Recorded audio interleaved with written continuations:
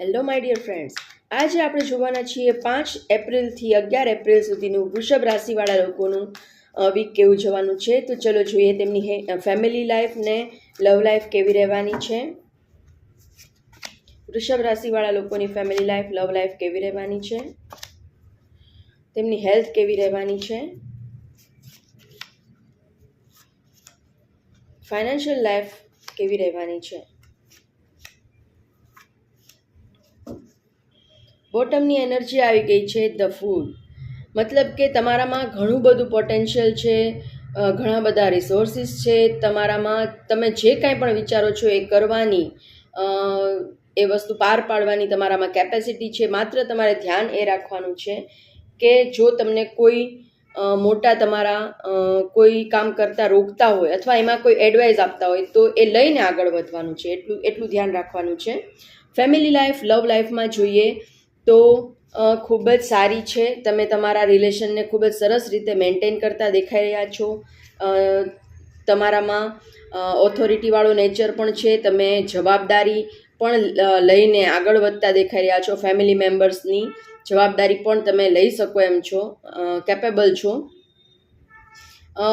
થોડો ઘણો તમને નેક્સ્ટ વીકમાં એવું લાગી શકે છે કે કોઈ થર્ડ પાર્ટીનું ઇન્ટરફિયરન્સ છે, તો તમે 8-9 દિવસ એ પીરિયડ રહી શકે એમ છે.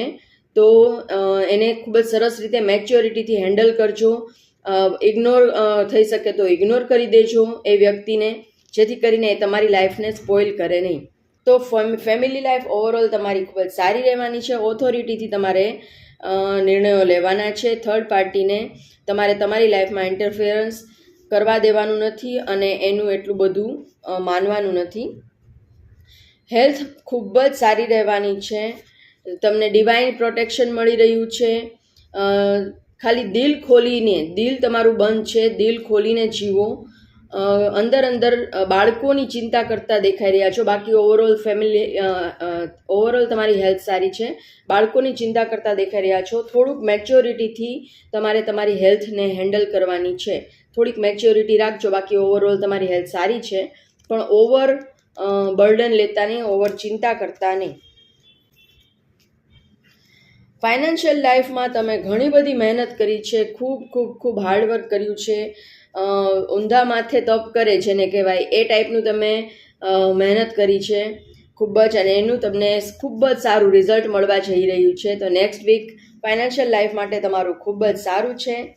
પ્લીઝ યુનિવર્સ વૃષભ રાશિવાળા લોકો માટે નેક્સ્ટ વીક માટે કોઈ એક થોટ આપો કે કયા થોટ સાથે એ આગળ વધે નેક્સ્ટ વીકમાં. બર્ડન લેવાનું નથી. આમાં તમારે હેલ્થમાં પણ કાર્ડ આવેલું, ફેમિલી લાઈફમાં પણ કોઈ થર્ડ પાર્ટીનું ઇન્ટરફિયરન્સ છે. તો તમારે બર્ડન લેવાનું નથી, ખોટી ચિંતા કરવાની નથી, સ્ટ્રેસ લેવાનો નથી. એટલે તમારે ઓવરઓલ નેક્સ્ટ વીક તમારું સારું જશે.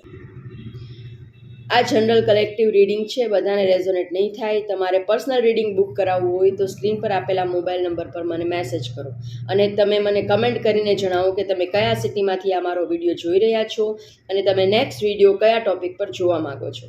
Thank you so much.